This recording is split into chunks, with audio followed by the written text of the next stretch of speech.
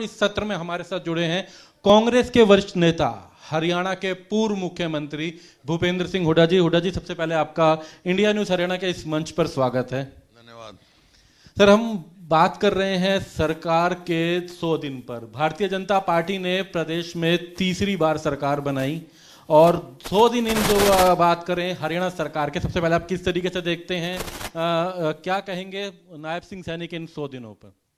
देखिए, जहाँ तक 100 दिन का सवाल है, मैं समझता हूँ मेरे को कुछ कहने की जरूरत ही नहीं। अनिल विज जी कह चुके हैं, हवा हवाई, ये 100 दिन हवा हवाई में गए हैं। अभी तक कोई ऐसा इन्होंने जो वायदे किए थे, कोई वायदा अमली जमा नहीं पहनाया। हाँ, बातें खूब करी हैं, तो बाकी 100 दिन खाली 100 दिन ये स्टेट की प्रोग्रेस में नहीं नापे जा सकते। लेकिन शुरुआत कैसी है ये जरूर देखा जाएगा। भाई, इन्होंने वायदे किए हैं तो 100 दिन में कौन सा वायदा पूरा किया, क्या वायदा किया इन्होंने? वायदा किया किसानों से किया था कि धान का 3100 रुपये देंगे। मेरा चैलेंज है, कोई भी सरकार का आ जाए, कहीं मंडी में किसी किसान से मेरे को कलवा दे उसको 3100 रुपये मिला है। बल्कि एमएसपी से भी 200-300 कम। इन्होंने वायदा किया जो लोगों के साथ, युवाओं के साथ एक किस्म से धोखा कहूँगा, मैं कहूँगा तो कौशल रोजगार निगम में 1,25,000 लोग लगे हुए थे। उनको कहा था हम पक्के करेंगे, पक्के तो करने दूर, उनको निकाल रहे हैं। इसी प्रकार से कोई भी वायदा देख लो आप, किसान के देख लो, कहा 2 लाख हम नौकरी देंगे, नौकरी कोई कहीं दिखा नहीं। बेरोजगारी में आज पूरे देश में हरियाणा नंबर 1 है। आर्थिक स्थिति चरमराई हुई है। कानून व्यवस्था आप स्वयं देख लो, रोज प्रदेश में 3-4 मर्डर, 4-5 रेप, दर्जनों फिरौती और सैकड़ों चोरी और डकैती रोज का। ये मेरे आंकड़े नहीं है, ये एनसीआरबी के आंकड़े हैं। इस प्रकार से कहीं भी ऐसा नहीं देखा एक कदम कि भाई जो उठा। कहा था महिलाओं को हम 2100 रुपये देंगे। आप किसी बताओ कौन सी महिलाओं को 2100 मिले? मैंने कहीं भी नहीं। आप कोई भी एक भी अचीवमेंट बताओ। अब कह रहे हैं जी हमने 500 रुपये देंगे सिलेंडर, 500 रुपये सिलेंडर। अभी मैं सुन रहा था, बता रहे थे कि वे 13 लाख उनको दिया है।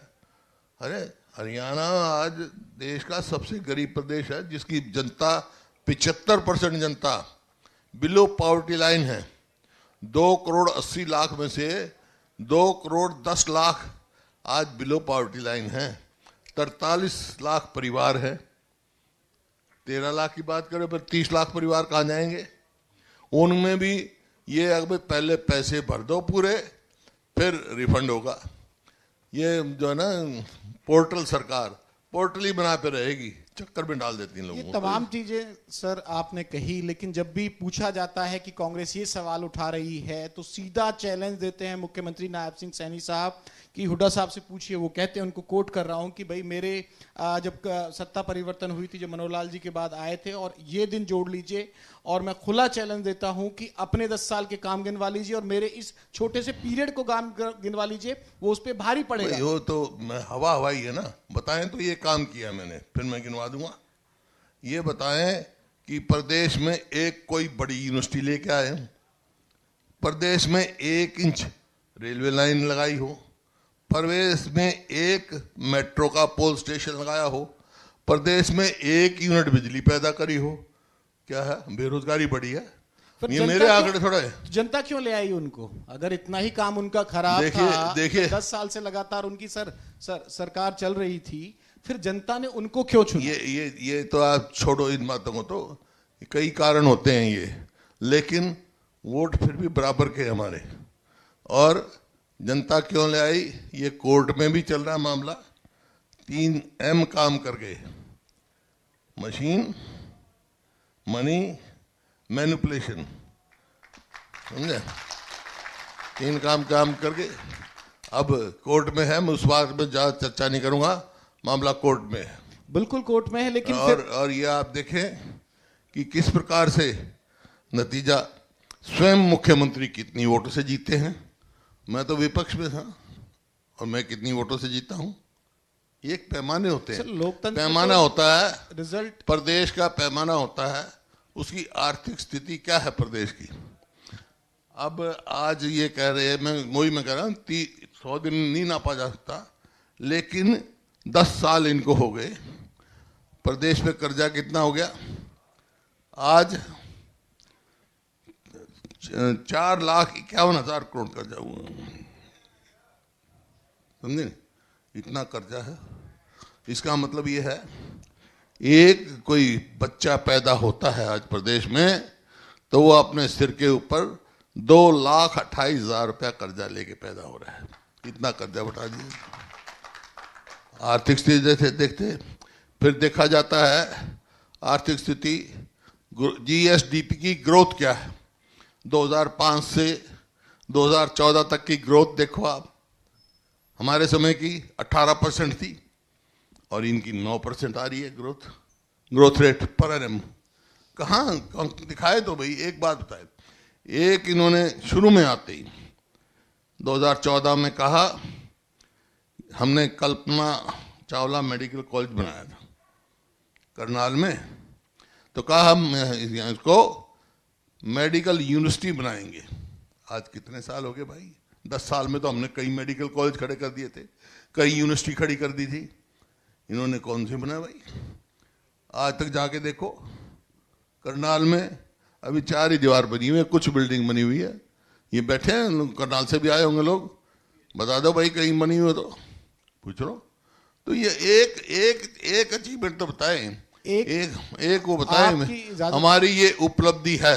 मैं उन व्यक्तियों में से हूं जो अच्छा काम करेगी सरकार की मैं प्रशंसा करूंगा, समझे नहीं, लेकिन इनकी तरह गुणगान नहीं करूंगा। सर, एक सवाल इस पे जरूर बनेगा, बहुत बड़ा मंच है, मौका मिल रहा है आपसे सवाल पूछने का। आपने बताया 3 चीजें हैं, मैं कोर्ट पे बात नहीं करूंगा, बहुत अच्छी बात है। ये हुड्डा साहब के बारे में कहा जा सकता है कि भाई सवाल भी पूछते हैं तो बड़े दायरे में रह के और बड़े तरीके से, इसका हर कोई कायल है आपका। लेकिन सर, महत्वपूर्ण ये है कि सारी गलती सिर्फ इन 3 कारण पे तो नहीं डाली जा सकती। कांग्रेस क्या ओवर कॉन्फिडेंस थी, चुनाव के जो नतीजे डिजायरेबल थे, या फिर जो बागी खड़े हुए उनको काबू नहीं पा पाया, और आप लोगों की जो खुद की फूट थी, सारी कमी दूसरे पे नहीं डाल सकते। कुछ तो कांग्रेस के बतौर पार्टी भी कमी रही होगी ना सर? देखिए, वही मैं कह रहा हूं, ये तो एक मैंने बताया आपको, कारण तो और बहुत से, मैंने कहा ये उनमें से ये भी कारण है। आपकी ठीक बात कह रहे हो। मैनिपुलेशन जो मैंने कहा है, मैनिपुलेशन क्या हुई कि भाई हमारी पार्टी में मान लो हमारा कोई बागी खड़ा हो गया, एक बागी से मैंने बात करी, उसने कहा सुबह मैं विड्रॉ कर लूंगा, और रातों रात उसको इतना धनराशि पहुंचा दी, मैं किसी का नाम नहीं लूंगा, तो वो मजबूर हो गए। इस प्रकार से हर किस्म के हथकंडे। तो बतौर पार्टी एक बात मैं कह सकता हूं, ये नतीजा आया है जो कांग्रेस सत्ता में नहीं आई है, ये लोगों ने नहीं हराया कांग्रेस को, ये मैं कह सकता हूं, लोगों की तरफ। आज हुड्डा जी हम बात करें 3 बजे करीब कांग्रेस का एक डेलीगेशन जो है वो चुनाव आयुक्त से भी मिला, उन्होंने एक ज्ञापन सौंपा है। आने वाले समय में निकाय चुनाव है, उनका कहना है कि ये चुनाव ईवीएम पर नहीं होना चाहिए, बैलेट पेपर पर होना चाहिए। क्या लगता है क्यों ये बैलेट पेपर पर ही हो, ईवीएम पर क्यों ना हो? ये देखो, ये तो दुनिया में आपने देखा ना, जर्मनी में भी पहले ईवीएम पे था, मशीन पे था, लेकिन वहां के लोगों ने कहा कि मैनिपुलेशन है। कोई भी जो है इलेक्ट्रॉनिक गैजेट होगा उस पर मैनिपुलेशन हो सकती है। आप देखो ना, आप यहाँ बैठे हैं और चांद में आप अपने रॉकेट का दरवाजा भी खोल रहे हैं, वो भी उतारे, तो ये तो मामूली चीज है। अगर जब इलेक्शन कमीशन की रोल पे शंका जाहिर की जाए तो फिर आप खुद समझ सकते हैं।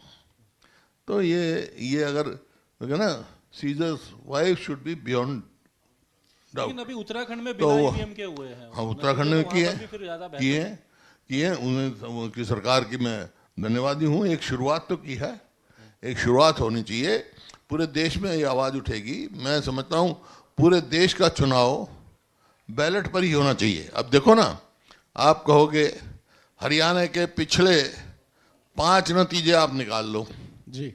हरियाणा में उसी की सरकार बनी है जो पोस्टल बैलेट में जीता है। अब के नहीं, 90 में से 74 में पोस्टल बैलेट में कांग्रेस जीती है, लेकिन मशीन में 37 में जीती है। ये आपके क्यों डिफरेंस हो गया भाई?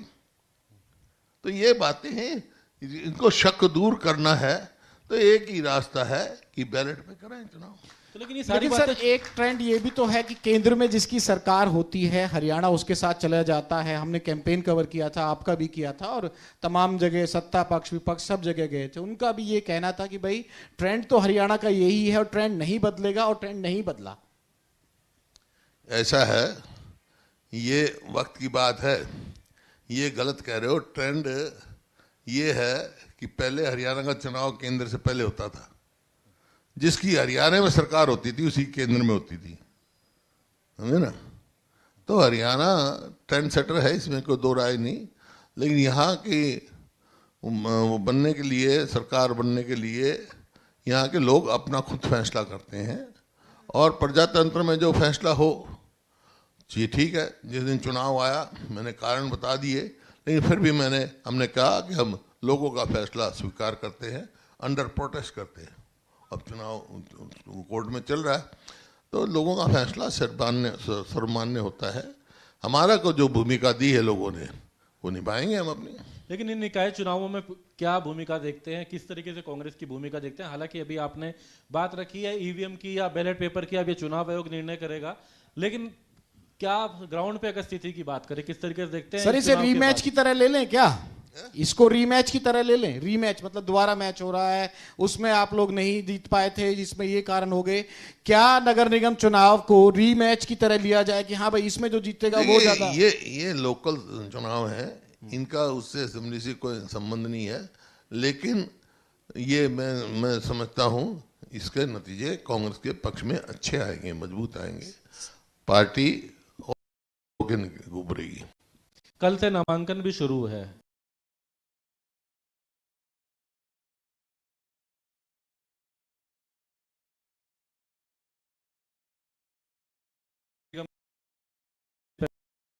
बाकी अन्य पर अभी निर्णय होगा, लेकिन अब नामांकन का दौर भी शुरू है। कब तक उम्मीद की जाए, कैसे उम्मीद की जाए? देखिए, आज मीटिंग थी उसकी, और हमारी पार्टी के अध्यक्ष ने मांगी है, कमेटियां बनाई हैं, उनकी रिपोर्ट आ जाएगी, एक आध दिन में हो जाएगा फैसला। सर एक उलाहना है, उस उलाहने का जवाब दे जाओ। आज ये बार बार बीजेपी वाले उलाहना देते हैं कांग्रेस से कि भाई हमारी तो दिल्ली में भी सरकार बन गई और हरियाणा के चुनाव कब के हो लिए, इनके तो घर में पता नहीं क्या कलेश चल रहा है, इन पे तो नेता प्रतिपक्ष ही नहीं चुना जाता। उलाहना तेरा है कि बीजेपी का? यूं बता दे तू। उलाहना किस बात का है? उलाहना किस बात? ये खट्टर साहब से पूछना। खट्टर एक बार क्या था, चौधरी ओम प्रकाश चौटाला चीफ मिनिस्टर थे और मैं शायद नेता विपक्ष था, चौधरी भजनलाल शायद पार्टी के प्रधान थे। तो वो पूछने लगे कि भाई कांग्रेस आएगी तो मुख्यमंत्री कौन बनेगा तुम्हारे में से? तो वो बात कर रहा है। तो मैंने जवाब दिया था, अगर जी एक ने कहा कड़ा प्रसाद बना जी, बोला सानू की थोड़े वास्ते बना दो, थानू की, ये उनका क्या मतलब है बुलाने का? मुख्यमंत्री के सवाल पर ही तो सबसे ज्यादा खींचातान रही पूरे चुनाव में कि जो कुर्सी आई नहीं, कुर्सी से पहले ही कांग्रेस वाले इस कुर्सी की आस में रहे और आपस में लड़ बैठे। मैं तो बता दिया थानू की भाई। सर ये हमारे पार्टी का है, सब प्रक्रिया होती है, तो विधानसभा का सेशन आएगा, चुना इस सेशन में बन जाए, समय पे हो जाता। इस सेशन में सर जाएंगे आप लोग प्रतिपक्ष के साथ? विपक्ष का नेता बनेगा, पार्टी फैसला करेगी, हाईकमान। आप बन रहे हैं सर? पार्टी फैसला करेगी, हाईकमान। सर वही सरकार के दिन पे एक बार फिर एक बार चर्चा करते हैं। बजट अभी केंद्र सरकार का अभी बजट आया, सबसे पहले तो उसी के बारे में आप बता दीजिए, उसको अब आप किस तरीके से देखते हैं? उन्होंने आयकर में छूट की बात करी, तमाम बातें थी, इसके बाद हालांकि हरियाणा के बजट पे भी चर्चा करेंगे। सबसे पहले तो केंद्र के बजट को आप किस तरीके से देखते हैं? देखिए, आपने चर्चा की केंद्र के बजट की, आयकर की बात की। आयकर की राहत कितने लोग हैं, कितनी हमारी जनसंख्या है, आप बताओ कितनी जनसंख्या है देश की, कितनी जनसंख्या है बताओ दीपक जी। नहीं, संख्या जरूर इसमें अगर मैं ये जनसंख्या पूछ रहा हूँ, संख्या जोड़ दो, कितनी जनसंख्या है? 140 करोड़। अरे ये आयकर की राहत कितने लोगों को मिली होगी? तो आपको लगता है कि एक बात बताओ ना भाई, गरीब आदमी के लिए क्या है? महंगाई कम करने के लिए उस बजट में क्या है? क्या महंगाई कम कर पाएंगे? क्या लोगों पे जो महंगाई का बोझ है, बेरोजगारी है, वो कम कर पाएंगे? उस तरफ कोई कदम उठाए हैं? कुछ चंद आदमियों को जरूर फायदा हुआ है, चलो उसका भी हम अप्रिशिएशन करते हैं उनकी, कोई मेरे को उससे कोई वो नहीं है, लेकिन महंगाई कम करने के लिए तो कदम उठाने चाहिए थे। उनके लिए कोई कुछ नहीं। किसान के लिए क्या है? एमएसपी की गारंटी की चर्चा ही नहीं बजट में एमएसपी का। तो ऐसे थोड़े, यहाँ देश में किसान है, मजदूर है, मुख्य लोग वो हैं। सर एक नतीजों पे जरूर प्लीज आप एक बार रिएक्ट कीजिए। जिस तरह से दिल्ली के नतीजे आए, आम आदमी पार्टी मजबूती से दिल्ली से 11 साल से थी, बातचीत वहां भी उठी, बातचीत हरियाणा में भी उठी गठबंधन की, लेकिन आम आदमी पार्टी अब दिल्ली से साफ हो गई और सत्ता बीजेपी करीब 27 साल बाद दिल्ली में भी भाजपा आ गई। कोई बात नहीं, वहाँ दिल्ली में पहले कांग्रेस भी रही 3-3 बार, कोई बात नहीं, आम आदमी पार्टी भी 2 बार रही। लेकिन जहाँ तक इंडिया ब्लॉक की बात है, हरियाणा का चुनाव था, पार्लियामेंट में हमारा समझौता था, इंडिया ब्लॉक बना हुआ था, असेंबली में हमने प्रयास किया, 5 सीटें भी उनको दी हमने, लेकिन वो जल्दी में थे और यही कारण दिल्ली में हार का होगा। वो इतनी जल्दी में थे कि हमारे से बातचीत चल रही है, एक तरफ राघव क्या नाम उनका, राघव चड्ढा बात कर रहे हैं, दूसरी तरफ लिस्ट ही अनाउंस कर दी उन्होंने। 5 सीटों का ऑफर था सर, ये काफी दिनों बाद इस पे खुल पे बात हो रही है। 5 सीटें आप लोगों ने ऑफर की थी, उस पे बातचीत चल रही है। 7 से 5 पे बात हो गई थी, 7 पे ये हो गया था भाई हम 5 दे देंगे सीट, लेकिन उन्होंने सीट ही अनाउंस कर दी। सुशील पता नहीं क्या जल्दी थी उनको। सुशील गुप्ता जी इसी मंच पर कह के गए थे कि जो गठबंधन नहीं हुआ हरियाणा में, मैंने उनसे सीधा सवाल पूछा था कि वन ऑफ द रीजन इसे मानते हैं, उन्होंने कहा था कि भाई हमारी तरफ से प्रयास सीरियस थे, लेकिन कांग्रेस ने हमें सीरियस नहीं। ऐसा है, सुशील गुप्ता जी मित्र है मेरे, लेकिन सुशील गुप्ता जी की तो चर्चा में मिला ही नहीं, राघव चड्ढा बात कर रहे थे भाई गठबंधन की। तो उनकी डिमांड कितनी सीटों की थी? चलो ये बात छोड़ो, जब बात हो गई थी 5 की, मैंने बता दिया, लेकिन वो सीट पहले अनाउंस कर दी, इस वास्ते गठबंधन नहीं बन सका। विपक्ष सर अब क्या रोल निभाएगा? अब तो जिसकी सरकार बननी थी, आपने कहा तमाम चीजें, चलो ठीक है आगे बढ़ते हैं, अब आगे कांग्रेस की भूमिका क्या देते हैं? क्योंकि आप भी कहते हैं कि भाई 37 विधायकों के साथ मजबूत विपक्ष आया है हरियाणा है, मजबूत है और मजबूत होगा, लोग कांग्रेस के साथ है, इसमें कोई दो राय नहीं।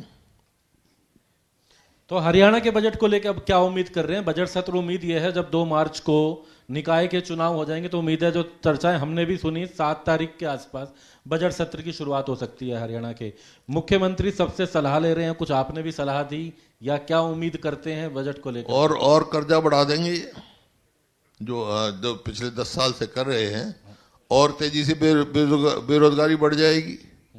कर्जा बढ़ाने का काम करते हैं, कोई नया पावर प्लांट नहीं लगाया इन्होंने, कोई मतलब किसी भी उसमें अभी तक तो कोई काम किया नहीं। हाँ करेंगे तो मैं जरूर इनकी प्रशंसा करूंगा। उम्मीद कर रहे हैं सर इस बजट में कुछ डिफरेंस की? सरकार बदली है, पहला बजट है नई सरकार का, कुछ उम्मीद कर रहे हैं कि ये लोग कुछ करना चाहिए, अच्छा इनको करना चाहिए। क्या करना चाहिए सर? क्या छोड़ो, इनको अच्छा करना चाहिए, जनहित के फैसले लेने चाहिए। कुछ सलाह तो जनहित का तो एक भी फैसला नहीं ले सके अब तक ये। हमारे मन से इनको सबसे पहले करना चाहिए कि जब 2014 में प्रति व्यक्ति आय में, प्रति व्यक्ति निवेश में हरियाणा पूरे देश में नंबर 1 था।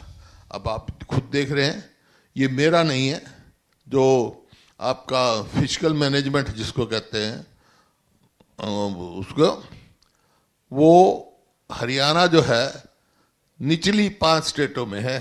निचली 5 स्टेटों में, कहाँ टॉप पर था, कहाँ निचली 5 स्टेटों में पहुंच गया। मेरी रिपोर्ट था, ये केंद्र सरकार की रिपोर्ट है, निचली 5 स्टेटों में पहुंचा हुआ, अभी आई थी अखबार में, रिपोर्ट में आई। तो कहाँ हरियाणा के, हरियाणा के बेरोजगारी दूर करो, कानून व्यवस्था चुस्त दुरुस्त करो। यहाँ कभी कहीं जेजेपी के उसकी नेता की हत्या हो रही है, कहीं इनेलो के नेता की हत्या हो रही है, तो मैं बताया कोई है नहीं, एनसीआरबी की आप रिपोर्ट देख लो क्या है। कानून व्यवस्था चरमरा गई, आर्थिक स्थिति जो है जीएसडीपी की ग्रोथ देखिए 2005 से पहले जब हमने सवाल है जब हमारी सरकार आई ये वो वहाँ खड़े वो कहते हैं ना मुकाबला कर ले 2005 से पहले जीएसडीपी की ग्रोथ 4% भी नहीं थी और जिस दिन हमने 2014 में छोड़ा एवरेज जो है पर एनम 18% की आई और वो घट के अब 9% हो गई। आज अगर बात करें कहाँ किस चीज में हरियाणा को मजबूत किया इन्होंने आर्थिक तौर पे जो कहीं इन्वेस्टमेंट आई हो। हाँ प्रोग्राम बड़े बड़े किए ये सरकार ने प्रोग्राम बड़े बड़े किए हैपनिंग इन हरियाणा के नाम ले गुड़गांव में किया और कहा इतने लाख करोड़ की इन्वेस्टमेंट आ रही है आई नहीं 1000 करोड़ की भी। ये तो इनका वो है छोटी इंडस्ट्री बंद हो गई बेरोजगारी फैल गई अकेले फरीदाबाद से लाखों लोग बेरोजगार हुए हैं। सरकार कह रही है बड़े बड़े एक्सप्रेसवे बने हैं रैपिड रेल ट्रांजिट सिस्टम लेकर के बड़े बड़े एक्सप्रेसवे की वो बात करते हैं उनका कहना है कि अभी उन्होंने कटरा हाईवे बना रहे हैं वो हरियाणा से जा ऐसा है ये एक्सप्रेसवे जो बने हैं हरियाणा से जा रहे हैं मेरे पास बात कर लें 90% हमारे टाइम के सैंक्शन है ट्री कटिंग तक। इन्होंने क्या किया भाई इन्होंने क्या किया है बताएं 90% में कह रहा हूं ऑन रिकॉर्ड। जब आज हम बात कर रहे 90%। थे हाँ, जब हम आज बात कर रहे थे कई मंत्रियों से बात करी नेताओं से बात करी ये पूछा कि विपक्ष कह रहा है कि कुछ नहीं है 100 दिनों में कुछ नहीं हो तो उनका कहना है कि इनके खुद के विधायक जो है वो तारीफ करते हैं मुख्यमंत्री की सरकार के काम की। उन्होंने कुछ विधायकों के नाम लिए और आज यहाँ पर इसी मंच पर आप ही के एक साथी कुलदीप शर्मा वो भी सराहना करके गए। कुछ पहले विधायकों की इस तरीके के बयान पहले भी आए हैं फिर उनकी तरफ से इस तरीके के बयान क्यों है? देखो यहाँ तो वो सराहना करा होगा क्योंकि आपको भी खुश करना था उन्हें कर दिया होगा। लेकिन जिन्होंने मुख्यमंत्री के मंच से गोकुल सेतिया ने क्यों की सर? गोकुल सेतिया तो लगातार करते हैं। गोकुल सेतिया नहीं व्यक्तिगत बात नहीं मैं नहीं कर रहा व्यक्तिगत बात करो तो बहुत से है ऐसा है और मेरे ख्याल से एक सबका अपना अपना चरित्र होता है। कई आदमी सुझाव बहुत अच्छे देते हैं खुद अपने आप को नहीं पहचानते खुद की जमीन नहीं होती दूसरों को वो करने लग जाते हैं तो ये तो अलग अलग बात है लेकिन मैं व्यक्तिगत बात किसी की नहीं करता। सर आपका मैं रोल पे जरूर बात करना चाहूंगा। इलेक्शन के समय आपका एक बयान बहुत पूरी मतलब हरियाणा से बाहर भी बड़ा फेमस हुआ ना टायर्ड हूं ना रिटायर्ड हूं। अब हुड्डा साहब को जो देखे हरियाणा की राजनीति में अब किस रोल में देखे आज सीधी बात कीजिए सीधा संवाद कीजिए कि अब सबसे one of the senior leader हैं आप हरियाणा के किस रोल में हुड्डा साहब को अब देखा जाए और क्या तो फिटनेस है कैसी है? आपको मैं टायर्ड लग रहा हूँ क्या? मैं पूछ या रिटायर्ड लग रहा हूँ? फिर ये सवाल कहाँ आ गया? जिस दिन मेरे को रिटायर होगा ना मैं उस दिन कह दूंगा आज मैं रिटायर हो गया। एक ही दिन में फैसला हो जाएगा? एक ही बात जब फैसला करके ही जाऊंगा जिस दिन होगा। जब तक नहीं कहता हूं इसका मतलब ना इधर टायर्ड नॉट रिटायर्ड। वो आपके मुंह से निकलवाना था ना इसलिए पूछा मैंने। वो तो दिख रहे हो आप फिट दिख रहे हो तो रोल रहेगा हुड्डा साहब का पूरी मैंने कह दिया ना। हाँ लोग जनहित की लड़ाई लड़ूंगा। मैं ऐसे परिवार में पैदा हुआ हूं जिसने देश की आजादी के लिए लड़ाई लड़ी लोगों के लिए लड़ाई लड़ी। मैं लड़ूंगा जब तक रहूंगा लड़ूंगा किसी भी उस पे रहूं। उम्र बीच में मतलब फिटनेस वगैरह सब बढ़िया है सर है? फिटनेस वगैरह सब फिटनेस तो कल आ जाना वहां नेहरू पार्क में सुबह सैर कर ले। हुड्डा जी एक अभी हमने देखा कि कई ऐसे यहाँ के बच्चे जो विदेश चले गए थे उनको वापस भेजा गया है। हरियाणा की भी संख्या 104 एक बार सबसे ज्यादा है। क्यों है? क्यों बेरोजगारी सबसे ज्यादा हरियाणा में। कानून बनाने वाली है सरकार इस पे और जो जिस तरह से एजेंट्स काम करते हैं गैर कानूनी तरह से भेजेंगे उनके खिलाफ एक एक्ट लेके आने वाली करना चाहिए पहले करना चाहिए था लेकिन वो चलो एक अलग इशू है। लेकिन सबसे पहले कदम उठाएं बेरोजगारी खत्म करने का। 2 लाख अब ये मैं मतलब बड़े हंसी आती है जो मैं कहता हूँ हवाई एक बहुत जोर शोर से क्लेम करती है सरकार कि हमने 25,000 लोगों को नौकरी लगा दिया। अरे भाई 25,000 की लिस्ट जारी कर दी वो कब की है? कब से वहां पेंडिंग थी? HPS कमीशन में कब से पेंडिंग थी? अगर इनने लगा दिया है 25,000, तो इसका मतलब जो पिछली 5 साल थे सरकार के, उन्होंने एक भी नहीं लगाया, सभी दिन तो लगाए। इसका मतलब यही हुआ जगह खाली जबी की तो थी। हुड्डा जी अभी 2 लाख जगह खाली जबी की तो है। तो ये देखिए, एक गिलास आधा भरा है या पूरा भरा है, ये अपने नजरिए की बात है। जो बैठे हैं, जो उन्होंने तो अपनी खुद की प्रशंसा करनी ही करनी। हुड्डा जी अभी हमारे पास भी कहीं ना कहीं संदेश आ रहा है, शायद आपको दिल्ली के लिए जाना है, लेकिन समय शायद आपका, लेकिन उससे पहले एक प्रश्न जरूर जानना चाहेंगे। अब किस तरीके से सरकार को क्या सलाह देंगे, क्योंकि 100 दिन तो उनके हुए, उम्मीदें कुछ तो करते होंगे, आपको 100 दिन में नहीं दिखा, आगे क्या देखना चाहते हैं, कुछ सलाह आपकी क्या रहेगी? अच्छा काम करो, सरकार जब बैठी है जनहित के फैसले लो, बेरोजगारी खत्म करो, कानून व्यवस्था पे करो, और यहाँ पर इन्वेस्टमेंट लेके आओ, ताकि प्रदेश फिर से नंबर 1 बने। और आपने कहा भी है कि मैं खुले दिल से अच्छा काम करेंगे, तो मैं तारीफ भी करता हूं अच्छे काम की। जरूर करूंगा, ये मौका अगर मिलेगा तो आप करेंगे? जरूर करूंगा, पहले भी करता था, अब भी करूंगा।